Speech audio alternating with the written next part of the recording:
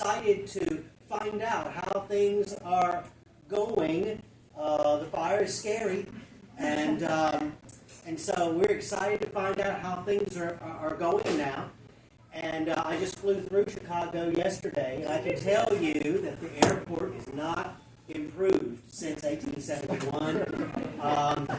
Still rough there, but it could have just been American Airlines. Let's blame America and not Chicago on this one.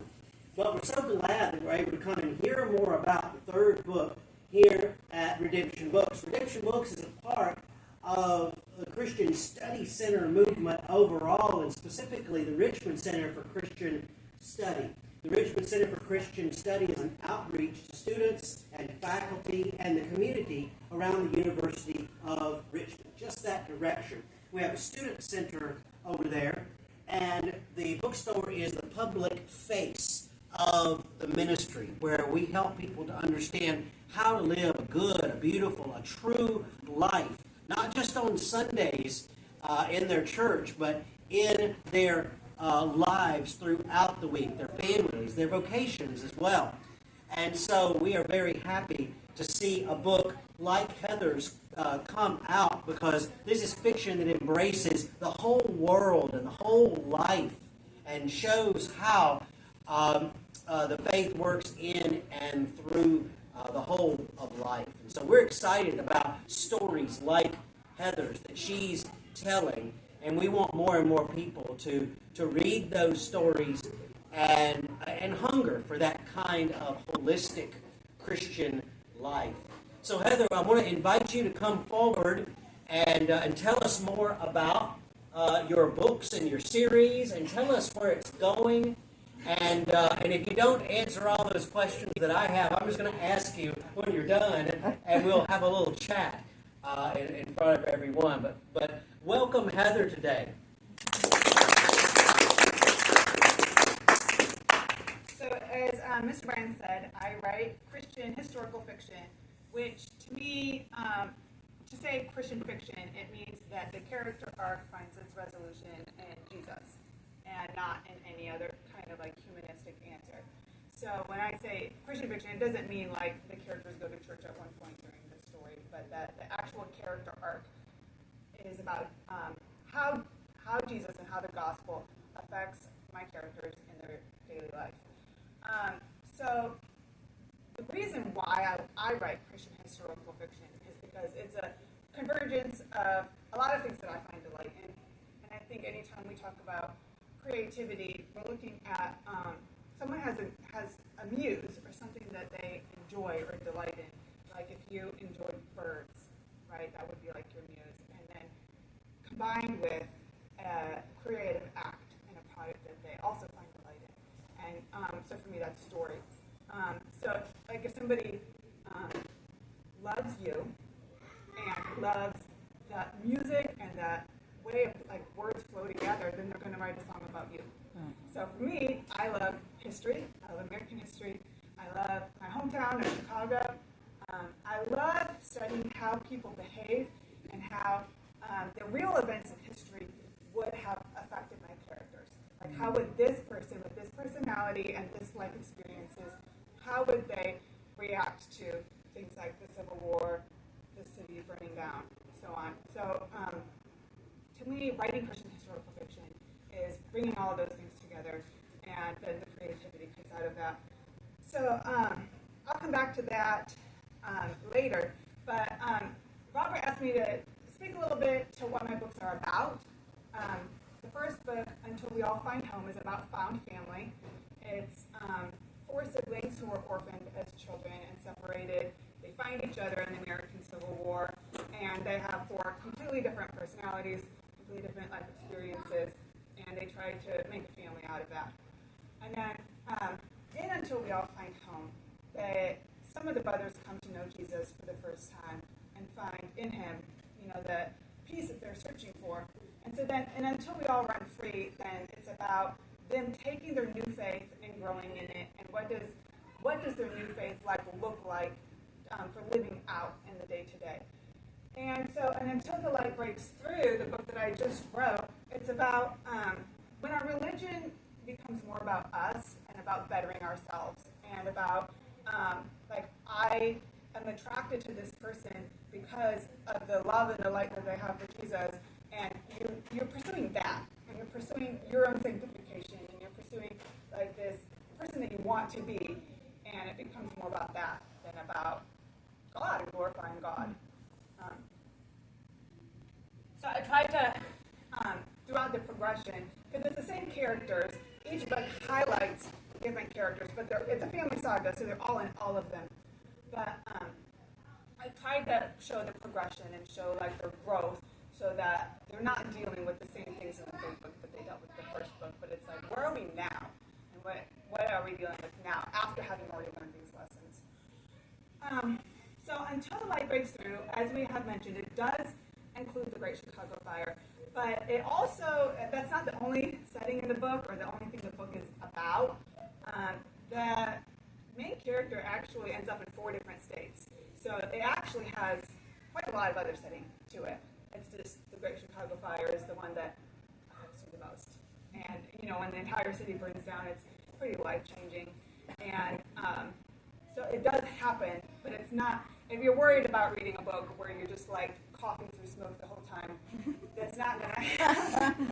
But it does, you know, dwell more on then like how does it affect the characters after the fact and what is their recovery like and those types of things.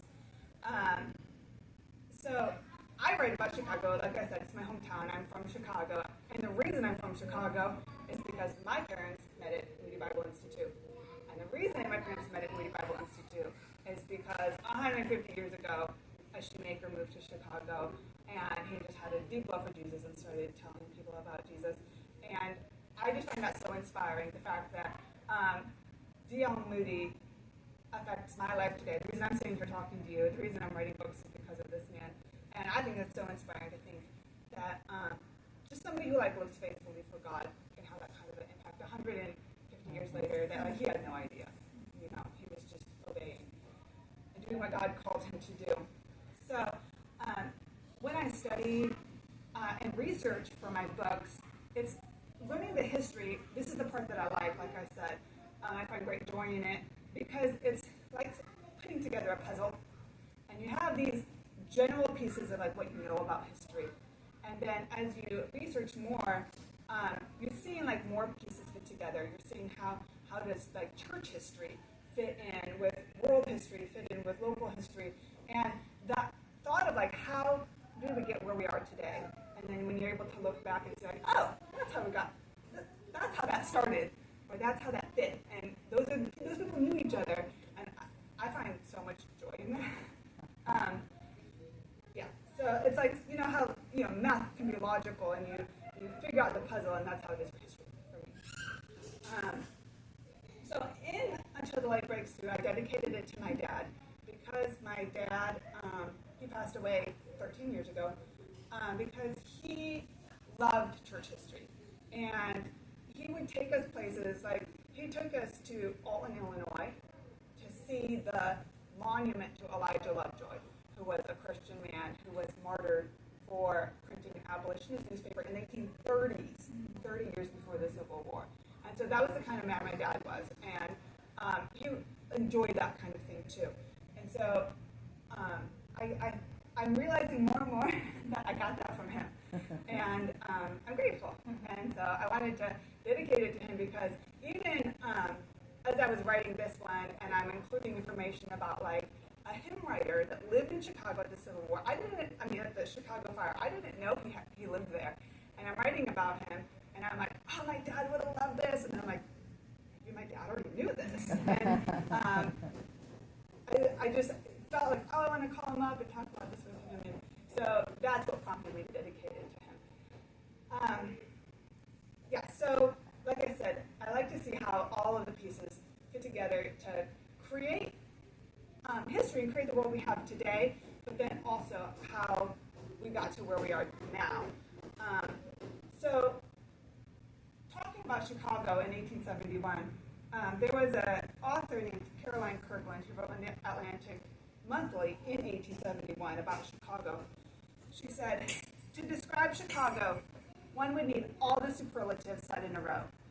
Grandest, flattest, hottest, coldest, wettest, driest, most elegant in architecture, meanest in hovel propping, wildest in speculation, solidest in value, proudest in self-esteem, loudest in self-disparagement, and it's still that way, most lavish, most grasping, most public-spirited, in some things, blindest and darkest, and some points of highest interest. And I would say Chicago hasn't changed all that much since then. It is a lot of superlatives of just people who live in Chicago have vastly different experiences from each other, right? So at the time of the Civil War and the Chicago fire, Chicago was only about 30 years old, and it had really, the way that it grew and exploded in industry, the Civil War actually had a lot to do with industry being moved to Chicago, and like meatpacking, lumber, grain, commodity, a lot of that stuff was moved largely to Chicago, and it really exploded. And so that's actually part of the problem with the fire, is that all these buildings were really hastily put up. It was all like wood from the North Woods, brought down by water and train. So even like miles and miles of sidewalks were wood. Even like the big buildings were wood with like facades on them. It was really ripe for disaster at that time. A lot of big ideas had come out of Chicago during these years, ideas that affected like industry across the whole country. The Pullman car, the nationwide mail order house, refrigerator car, that made a big difference because now Chicago was able to sell its meat to the east because there was a refrigerator car to get it there safely. Modern packing plants, and then also retail ideas that came from like Marshall Field and Montgomery Ward and like that. Ideas like having a full return, for like if you buy something you want to return it for a full refund. And the idea of catering to shopping experienced women came out of Chicago in that time. At the time of Chicago, it wasn't really segregated yet as far as like the wealthy and the poor all lived interspersed together because of the fact that it just grew so fast and everybody just came and built their house. And it was after the fire that things became to be more separated out. So at the time, there were different like shanties throughout the city, and they were more likely to be little wooden cottages with yards and little barns out back rather than tenement houses. There weren't nearly as many tenement houses as there were, I think, in New York City at this time.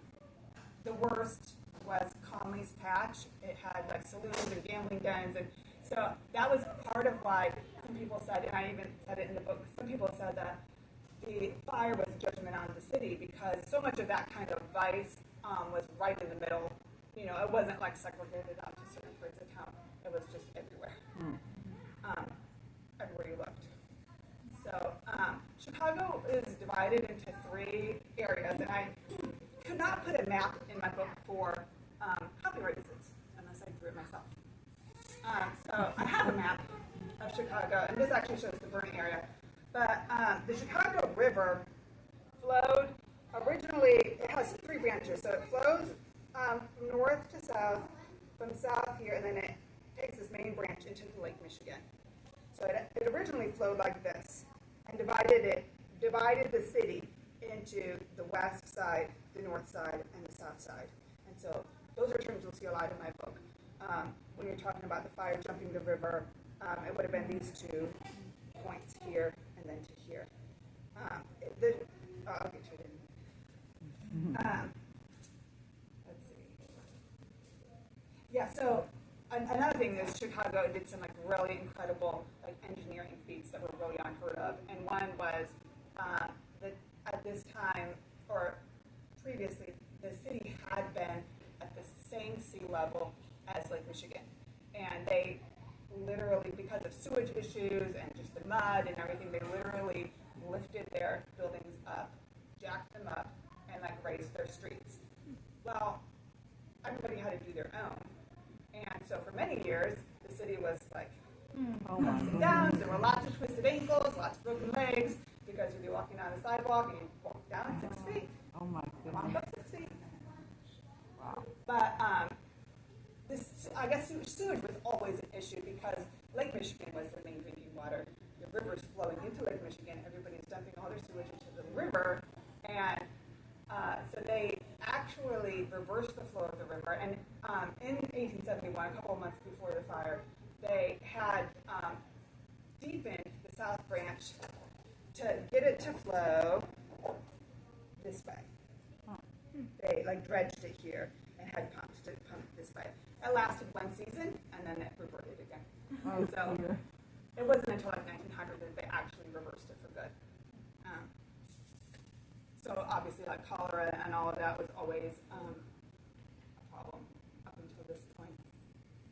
So yeah, so now that brings us to the fire. It was one of the worst droughts in history. They had only had an inch of rain from the 4th of July until the fire.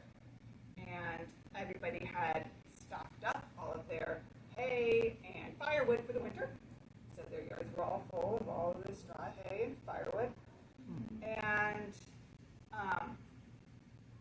so part of it was the prairie winds. The northwesterly winds brought this huge wind into the city. And so the reason that the fire spread so quickly was because of that wind that night. And a lot of survivors talked about that. That was one of the main things they remembered after the fact, was how strong the wind was. And actually, they recreated some. They had their weather vanes and everything. They researched it later, and they decided that the wind actually really was only blowing 30 miles an hour. But you know what? When the wind is blowing towards a cliff, and it creates those eddies when it goes off the cliff, and so with all the tall buildings in Chicago, it kept doing that. It kept making these really strong gusts because of the way that the wind came off the buildings, and that was why it spread so fast. Everything went wrong that night. What had happened was there had actually been other fires in the city. There was one the night before the fire, the Great Fire, and the firemen had battled it all night, and they went home and they were exhausted. Their stuff all needed to be repaired, and they hadn't cleaned up and refreshed or anything. So when the Great Fire started, some of them were drunk because they were recovering, and some of them, it was just, they were exhausted and their equipment was in bad shape. Then they had, because they knew that fire was a severe threat, they had fireboxes around the city where you could pull the alarm. And then on the top of the courthouse, there was also a watcher who would see a fire, pull the alarm. So everything went wrong. The guy who was on the courthouse, telegraphed down to the guy who pulls the alarm, he pulled the wrong one. And later, he messaged him again, and he pulled the wrong one again. And then he said, you pulled the wrong one, and the guy was like, yeah, but the fireman will pass this fire on the way to that one, so it's fine. So he refused to pull the right one. Oh, until the day that he died, he always defended his choice not to pull the right one. Then the guy who went and finally pulled the local alarm, you're supposed to pull it so many times to be a full alarm fire, and he didn't. He only pulled it twice, and that wasn't enough to notify the fire station that this was a real problem. So by the time the fire trucks finally got there, it was already starting to get out of control, and the wind was blowing so hard, they're trying to put out the fire, but the wind is blowing the water back into their faces. At one point, the firemen held up a door, just to give some relief from the sheer heat, and the door just burst into flames. Oh wow. Yeah. So. What was the date of the fire? This was October 8th. It started. It was a Sunday night. So some people were still in church. Some people were walking home from church. Yeah, and they found out what was happening. So different people had different anecdotes for what time they thought it started, but it's believed to be about 8:45 at night on Sunday night. Yeah, it did not. So then the next thing everybody thought was, right here was the previous night's burn area. So the fire started at the lower west side in Pilsen. It wasn't called Pilsen then. but it was a neighborhood that my characters, Justin, used to live in this area. And so this was a lot of the more poor, like Irish, had their shanties down here, but what happened because of the wind blowing is it blew north, and so it blew and burned all of downtown. And so that was why it was so devastating, is a lot of these shacks and houses actually were preserved. A lot of people's houses were actually preserved, but it destroyed all of downtown. And so that's what made it so devastating. So they assumed when it started, well, at least when it gets to last night's burn area, and at least when it gets to the river, it will die out, and then we'll be safe. But because of the wind, because of the embers blowing the wind blowing the embers across the river, it ignited the south side, and then kept blowing, and it jumped again, and ignited the north side. So, in the end, it destroyed 2,100 acres, over 17,000 buildings. There were 100,000 who were homeless. But as equally important as what was lost is what was not lost. And the factories were not in that part of town, the meatpacking houses, and although the rail stations were burned, the railroad lines coming into the city were still safe. So all those made a huge difference in how quickly Chicago was able to rebuild. Because all those things were still fine. Two anecdotes that I just find interesting about it is, one is there was a water crib out 2 miles out into Lake Michigan that pumped the clean water through a tunnel into the city. That's how bad the sewage was. They had their water crib 2 miles out. And there's a caretaker out there who lived out there and maintained the water crib with his wife. And he was beating out embers on the water crib during the fire because that's how strong and how far the embers were being blown. Wow. I thought that was nuts. The other thing that I always find interesting is after the fire, even before the fire was over, the mayor is telegraphing other cities asking for help. They're already sending help in. And so from all over the world, people are sending money and supplies. And so in Britain, they decided to send a bunch of books to help rebuild the Chicago Public Library. Wow. They sent, I think, 8,000 books for the Chicago Public Library. Chicago did not have a public library. Oh. And those 8,000 books were the beginning of the Chicago Public Library. And they actually outfitted a old water tower, and that was the first Chicago Public Library, the old water tower with these 8,000 books were in. So one of the things that I was able to highlight when I was talking about the church history is the work of D.L. Moody and how involved he was with the YMCA. And I think that's so interesting how different the YMCA was back then and what they used to be. Originally in Chicago, the YMCA was started because all these young men from the towns and small towns and country were coming to Chicago for jobs, and they were unmoored and just lost the grounding of their communities and their churches and their families. And so for them to come to the city, there's all kinds of bad things you can get into if you're just idle. So the YMCA formed as a way to have that community for them and give them worthwhile good things to do. And it was mostly businessmen actually that headed it up. It wasn't church leaders as much. So they did a lot of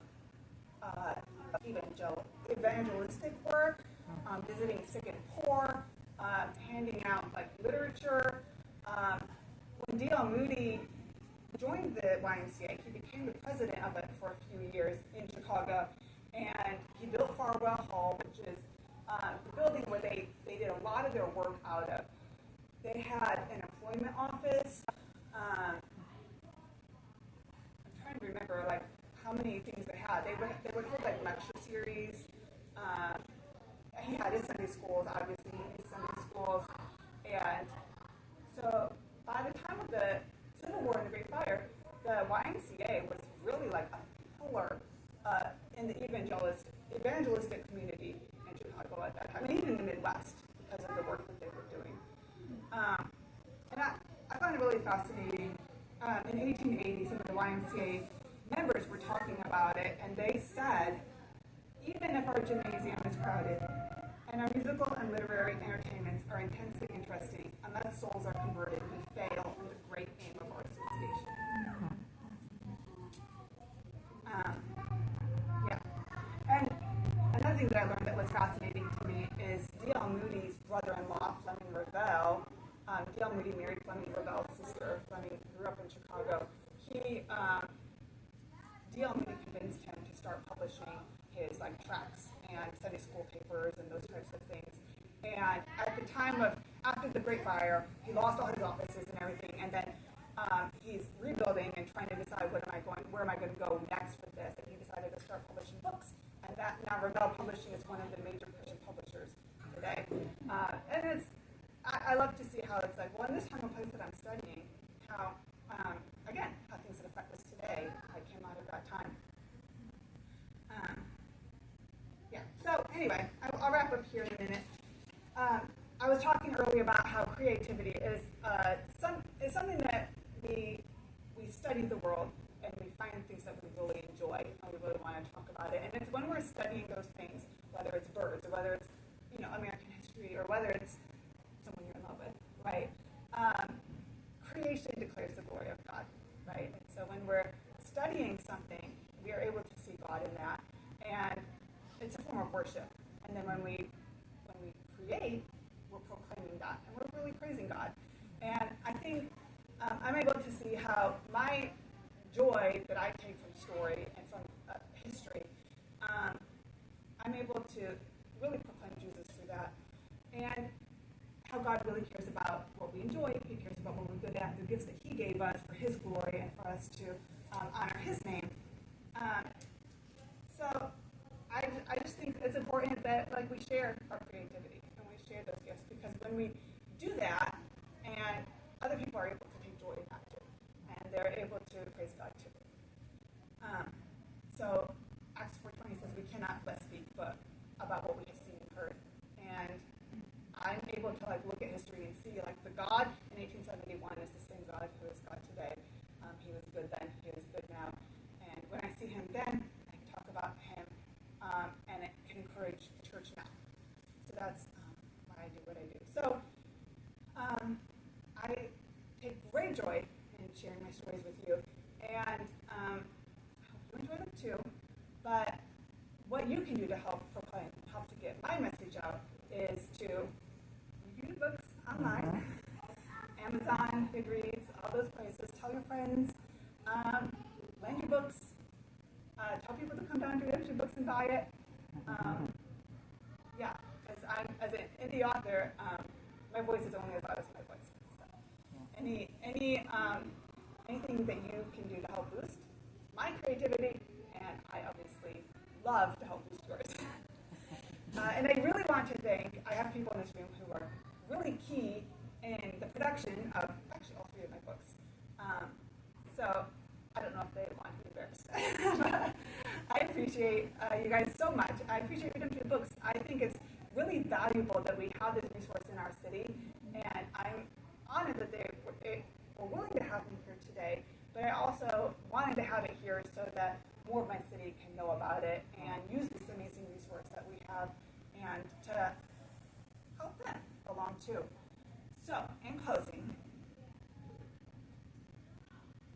in my research, I'm studying, combing through 1871 Chicago Tribunes, and I found the joke section. So, I actually have too many here to read.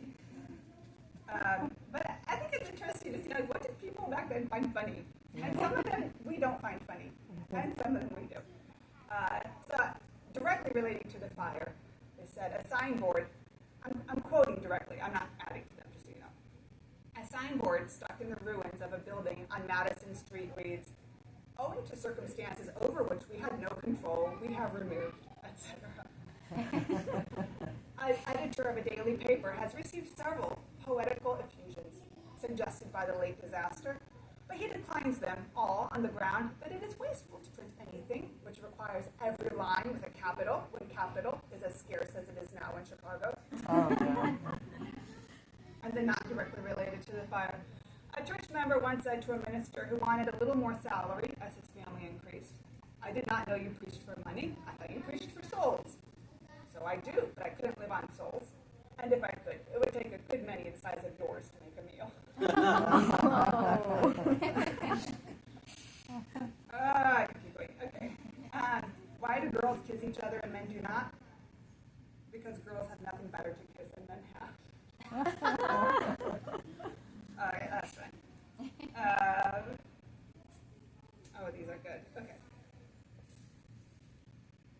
A gentleman of Halifax, being at a ladies' fair not long since, and being solicited to buy something by a fair creature who kept one at the table, said he wanted to buy what he feared was not for sale, a lock of her hair. To his surprise and delight, she promptly cut off the coveted curl, received the price offered, $10.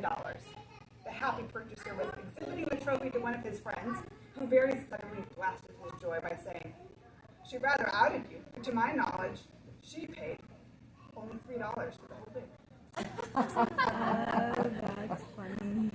All right. Thank you, Robert, and thank you, Redemption Books, for having me today.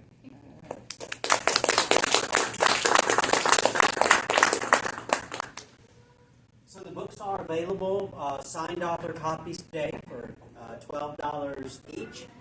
And we would love for you guys to purchase those today. If by some unfortunate happenstance you can't take advantage of that, they are available with our competitors.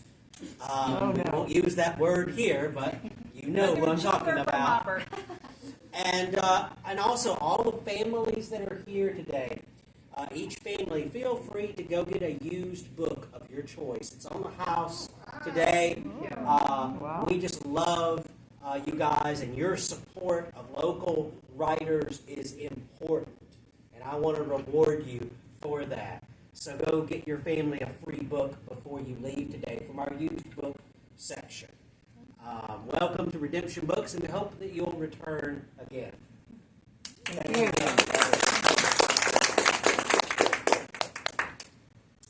Feel free to have some coffee and tea over here if you need something.